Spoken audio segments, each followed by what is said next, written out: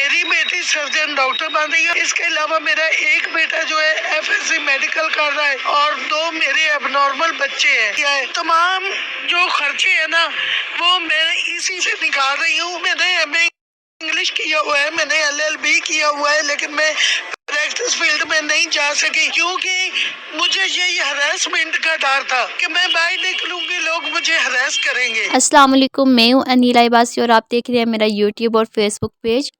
आज आपसे मैंने शेयर करना है कैसी स्टोरी है, कैसी औरत की स्टोरी जो कि बहुत ज़्यादा स्ट्रांग औरत की जो है स्टोरी आपसे शेयर करने जा रही हूँ।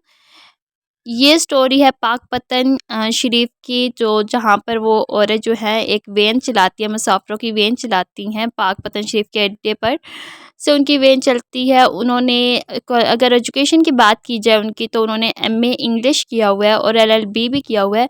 अब बात ये सोचने की है कि इतनी एजुकेशन हासिल करने के बाद, MA इंग्लिश होने के बाद और LLB करने के बाद उन्होंने आखिरकार इस फील्ड को क्यों चूज़ किया। और सबसे बड़ी बात है कि आजकल हमारे माशरे में तो औरतें अगर तो थोड़ा सा भी कुछ बाहर काम करने लग जाएं तो उन्हें अच्छा नहीं समझा जाता, और ये तो एक वैन चला रही है, मुसाफिरों वाली वैन चला रही हैं, तो इनको क्या कुछ फेस करना पड़ता है रोज़ाना।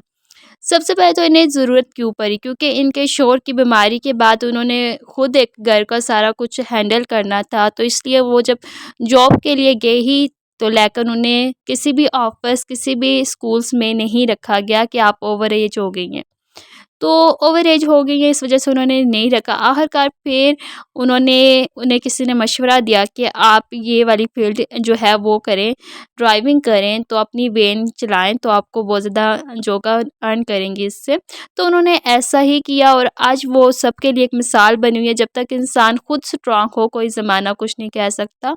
इसलिए मैं हमेशा बच्चियों को यही कहती होती हूँ, अपनी बच्चियों को पापा की परियां ना बनाए, अपनी बच्चियों को पापा की शेरनियाँ बनाए। ठीक है, इस ज़माने से लड़ने के लिए मैं हमेशा यही बात कहती होती हूँ कि परियां ना बनाए अपने बच्चों को, अपनी बच्चियों को, लेकिन पापा की शेरनियाँ बनाए कि इस ज़माने से लड़े वो ताकि तो मुकाबला कर सके। ये नहीं है कि आपको हिरासत का डर हो कि आपको स्कूल्स में नहीं होता है। हर जगह इस तरह के लोग मिलते हैं, अच्छे भी मिलते हैं, बुरे भी मिलते हैं, लेकिन खुद की सेफ्टी इंसान खुद करता है।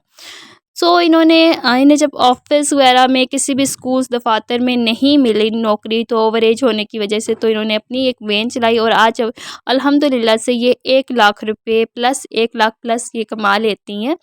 तो देखें, इन्होंने अपनी शौहर की बीमारी के बाद अपने सारे घर को हैंडल किया। उसके बाद अभी एक इनकी बेटी जो है सर्जन डॉक्टर बन चुकी है अभी तक। मेडिकल इनका जो बेटा है वो FSC मेडिकल कर रहा है। सारा कुछ ये खुद ही वो कर रही हैं, उठा रही हैं।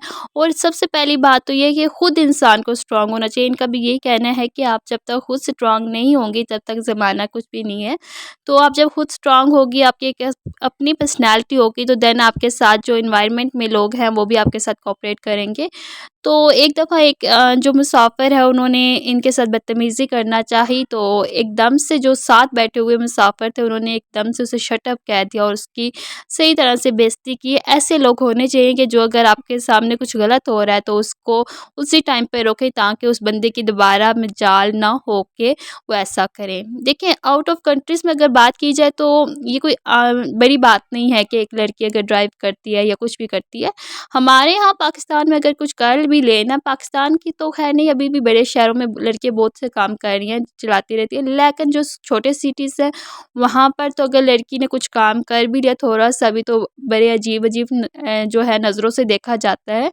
लेकिन अगर मुल्क की तरक्की में अगर अहम किरदार अदा करती है तो मर्द और औरतें दोनों मिलकर अदा करती है, क्योंकि अगर पाकिस्तान की पॉपुलेशन की बात की जाए तो सबसे ज़्यादा जो पॉपुलेशन है आबादी के लिहाज से ज़्यादातर औरतें हैं। अगर औरतें अपनी जो है आगे नहीं बढ़ पाएंगी ज़िंदगी में, तो फिर इसी तरह मुल्क भी तरक्की नहीं करता। सो हमें हर लिहाज से सोचना चाहिए, और एक औरत को तो मैं कहती हूँ हर हाल में एक इंडिपेंडेंट होना चाहिए। कभी भी हालात कैसे भी हो सकते हैं।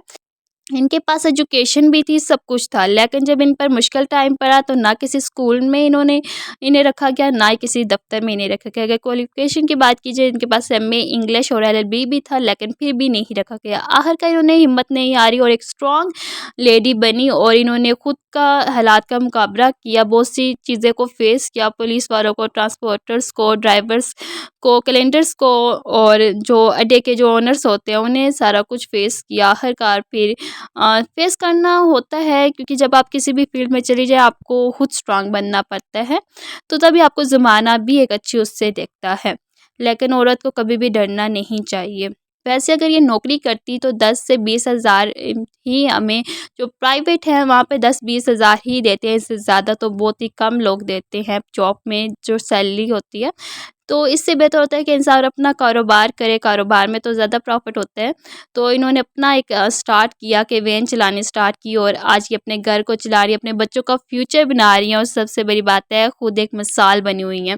तो हो सकता है इनकी लाइफ में भी बहुत सी स्ट्रगल आई हो, बहुत सी जो है इन्होंने फेस किया, क्योंकि सबसे बड़ी हमारे यहाँ जो फेस करने की चीज़ होती है वो है अपने रिलेटिव्स की बातें, रिश्तेदारों की, और जो बाहर के लोग होते हैं उनकी जो बातें होती हैं ना, वो चीज़ इंसान को बहुत ज़्यादा डिमोटिवेट करती है।